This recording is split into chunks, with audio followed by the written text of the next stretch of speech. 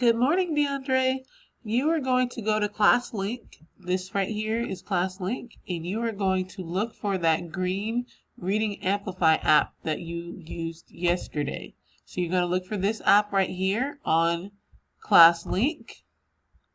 And then once you find this app, you are going to do 30 minutes on this app. So I've set a 30-minute timer for you here. You just click play, and then once the timer goes off, then you can move on to the Black History Month celebration that is in Google Classroom. So if you're here, you'll see, you will see right here, Reading Black History Month celebration.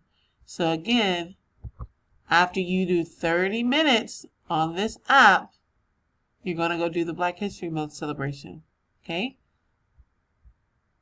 See you later.